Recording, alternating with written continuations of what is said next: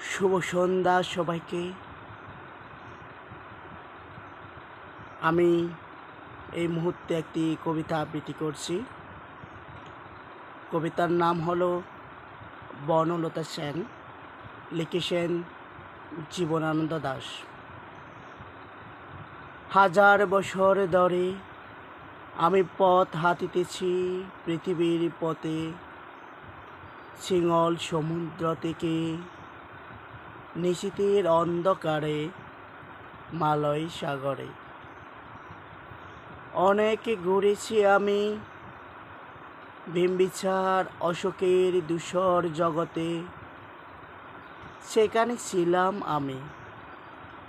আরো দূর অন্ধকারে বিদর্ভ নগরে। আমি ক্লান্ত প্রাণ এক, চারিদিকে জীবনের সমুদ্র সপেন।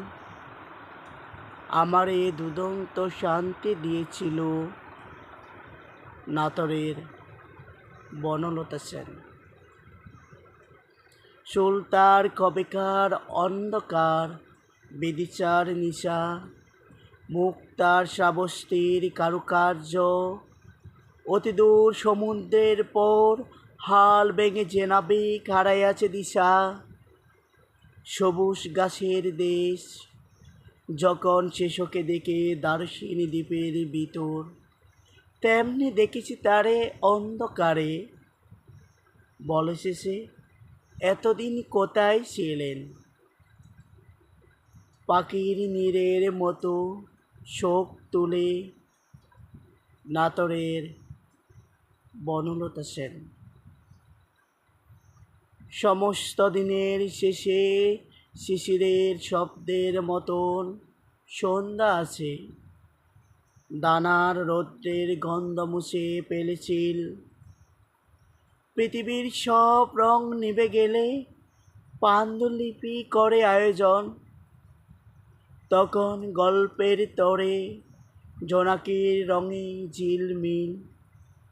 সব পাখি ঘরে আছে, সব নদী ফোড়ায়।